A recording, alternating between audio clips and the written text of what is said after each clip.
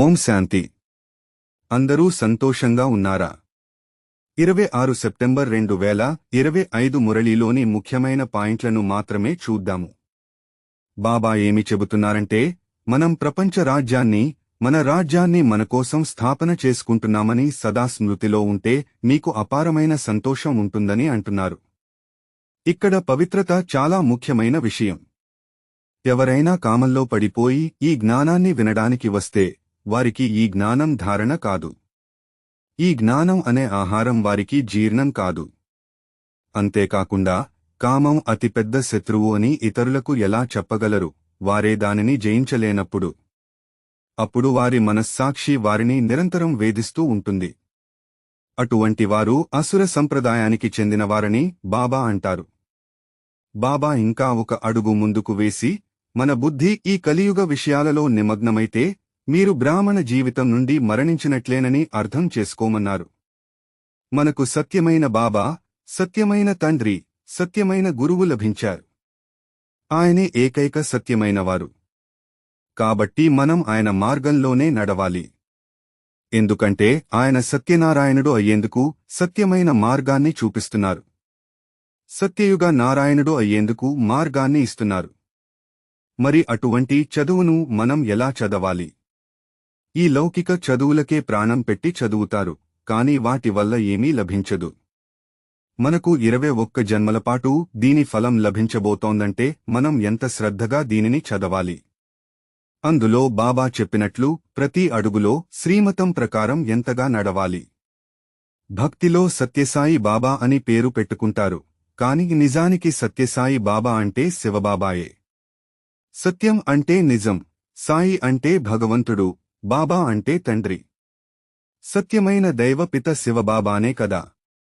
అలా మీరు నారాయణుడు అయ్యేందుకు బాబా ఇచ్చే మార్గం రెండు విషయాలు. ఒకటి, మిమ్మల్ని మీరు ఆత్మగా భావించండి. రెండవది, శివబాబాను నిరంతరం స్మృతి చేయండి. ఎర్రటి ఆకాశంలో నక్షత్రంలా శివబాబాను ఎంతగా స్మృతి చేస్తారో అంతగా మీ మేలు మీరే చేసుకుంటున్నారని అర్థం చేసుకోండి.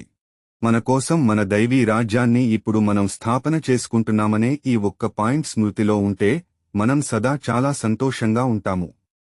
కాని మనుషులు, బాబా పిల్లలు ఏం చేస్తున్నారంటే బాబాను స్మృతి చేసే బదులు లౌకిక విషయాలను స్మృతి చేయడం ప్రారంభిస్తున్నారు.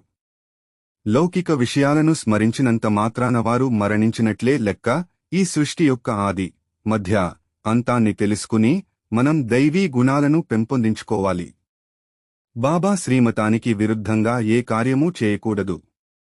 కాని చాలామంది పిల్లలు తమను తాము ఉన్నత సేవాధారులుగా భావించుకుని అహంకారంలోకి వచ్చి మాయ చేతిలో తరచుగా ఓడిపోతున్నారు.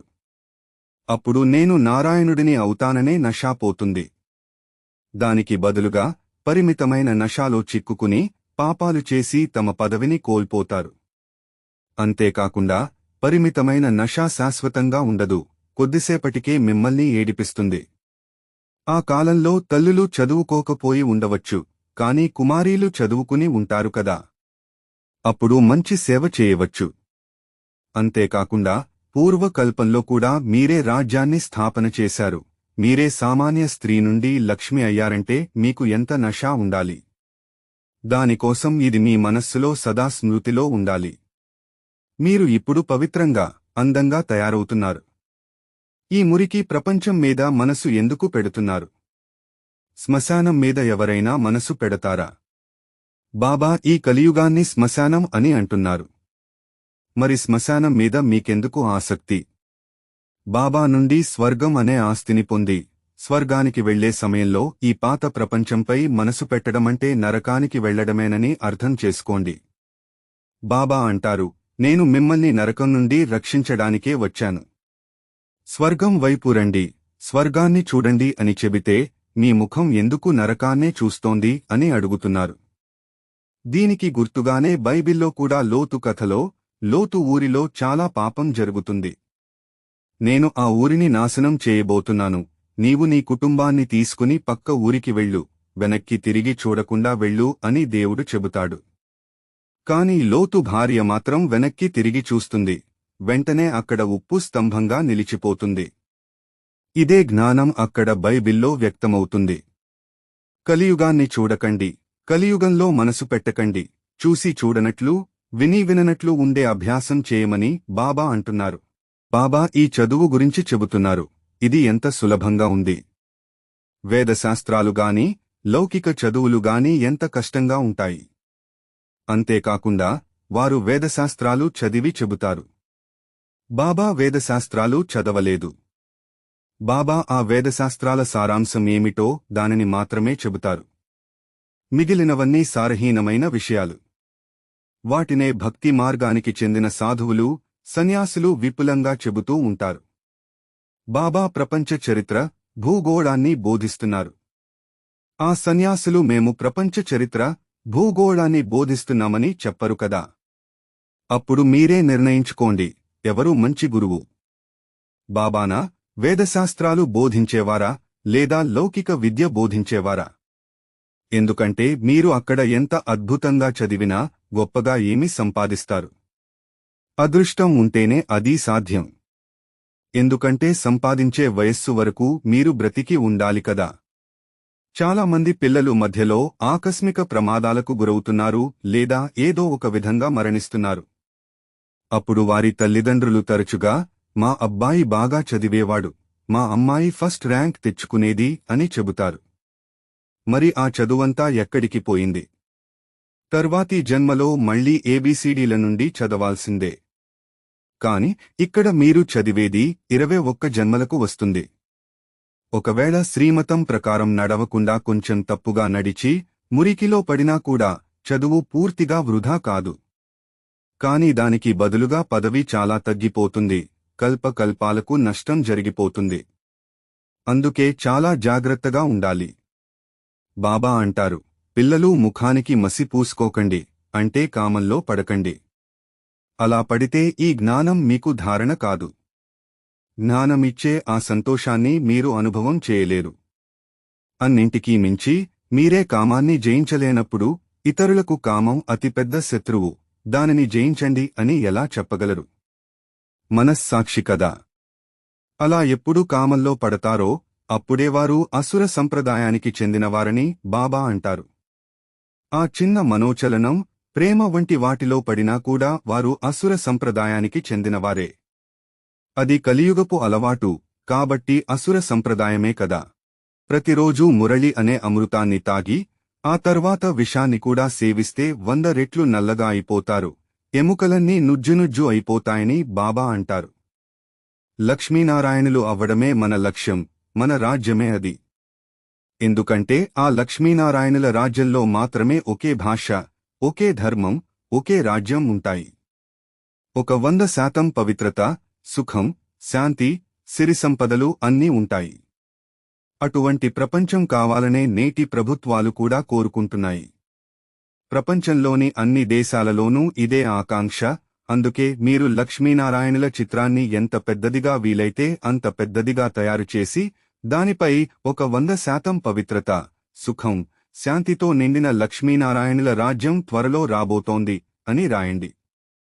ఇలా భారతదేశం అంతటా రహదారుల పక్కన బోర్డులు పెడితే కేవలం 1 నెలలోనే బాబా ప్రత్యక్షమవుతారు. అది ఎప్పుడు జరుగుతుందో మనం చూద్దాం, కానీ ఖచ్చితంగా జరగబోతోంది. ముఖ్యంగా ఆ లక్ష్మీనారాయణుల రాజ్యాన్ని త్రిమూర్తి శివబాబా స్థాపన చేస్తున్నారని, ఆ త్రిమూర్తి శివబాబానే మనకు సత్యమైన తండ్రిగా, సత్యమైన గురువుగా, సత్యమైన సద్గురువుగా ఉన్నారని రాయమంటున్నారు. అలా రాయకపోతే భగవంతుడికి శరీరం లేదు, ఆయన ఎలా గురువు కాగలరు అనే ప్రశ్న వస్తుంది. అందుకే ఆ 3 మూర్తులను సృష్టించిన శివ భగవానుడు ఇప్పుడు స్థాపన చేస్తున్నారని రాయమంటున్నారు. బాబా లక్ష్మీనారాయణుల చిత్రాన్ని తగరపు పలకలపై అక్కడక్కడా పెట్టమన్నారు. కాని ఇది బ్యానర్ల కాలం కదా, మనం బ్యానర్లు పెట్టవచ్చు. ఒకే ధర్మాన్ని స్థాపన చేసి అనేక ధర్మాలను వినాశనం చేయడానికే బాబా మనకు జ్ఞానాన్ని బోధిస్తున్నారనే విషయం సదా స్మృతిలో ఉంటేనే ఎంతో సంతోషం ఉంటుందని అంటారు. అలాగే బాబా పిల్లలు ఏదైనా ఒక విషయంపై చర్చించుకున్నప్పుడు 2 రకాల అభిప్రాయాలు వస్తే మెజారిటీ ప్రజలు ఏ అభిప్రాయాన్ని సమర్థిస్తారో దానినే బాబా స్వీకరిస్తారు, దానినే స్వీకరించమని చెబుతారు. దీనివల్ల కొందరు బాబాపై కోపగించుకుంటారు. బాబా అంటారు, నేను అందరినీ సుఖంగా ఉంచడానికే వచ్చాను. అందరి మధ్య గొడవలు పెట్టడానికి మాయ ఉంది.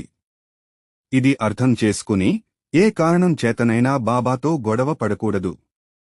ఎందుకంటే మీరు శాంతియుతమైన ఐక్యమైన ప్రపంచాన్ని నిర్మిస్తున్నారు. దానిని ఐక్యత ద్వారానే నిర్మించగలరు, గొడవల ద్వారా నిర్మించలేరు. అందుకే బాబా అంటారు, మీరు చెప్పేది సరైనదే అయినప్పటికీ మెజారిటీ ప్రజలు వేరే అభిప్రాయాన్ని సమర్థించినప్పుడు మీరు మీ అభిప్రాయాన్ని త్యాగం చేసి వారితో కలిసిపోండి. అప్పుడే ఆ ఐక్యత చెక్కుచెదరకుండా ఉంటుంది. కాబట్టి నాపై కోపగించుకుంటున్నారే, నేను మీకు ఉపకారం చేస్తున్నాను, అతిపెద్ద సహాయం చేస్తున్నాను, కాని మీరు నాకు అపకారం చేస్తున్నారు, ఇలా గొడవపడి నాకు చెడు చేస్తున్నారని అంటారు. నేను నారాయణుడిని అవుతున్నాననే నష ఉండాలి, నారాయణుడు అవ్వడానికి ధైర్యం కావాలి. అలా కాకుండా రాముడు సీత అయితే చాలని సంతోషపడకూడదు. పాత ప్రపంచంలో మీ మనస్సును నిమగ్నం చేయకూడదు. అలా చేయడం మరణించడంతో సమానం. పాత ప్రపంచ విషయాలపై ఆసక్తి వచ్చిందంటే మీరు బాబా పిల్లల జాబితా నుండి మరణించినట్లే. అంతేకాకుండా జన్మజన్మలకు నష్టం ఏర్పడుతుంది, ప్రతి కల్పంలోనూ నష్టం ఏర్పడుతుంది. అది అర్థం చేసుకోవాలి. బాబా నుండి స్వర్గం లభిస్తోంది, మరి మనం నరకంలో ఎందుకు ఉండాలి? స్వర్గాన్ని నిర్మించేవాడు నా తండ్రి అయినప్పుడు మనం నరకంలో ఉండటమంటే అర్థం ఏమిటంటే బుద్ధి ద్వారా ఈ నరకంలో ఉండకండి అని అర్థం. స్వర్గాన్ని మన దైవపిత నిర్మిస్తున్నారు, మనం ఎందుకు నరకంలో ఉన్నామని అనేక మురళీలలో చెబుతారు.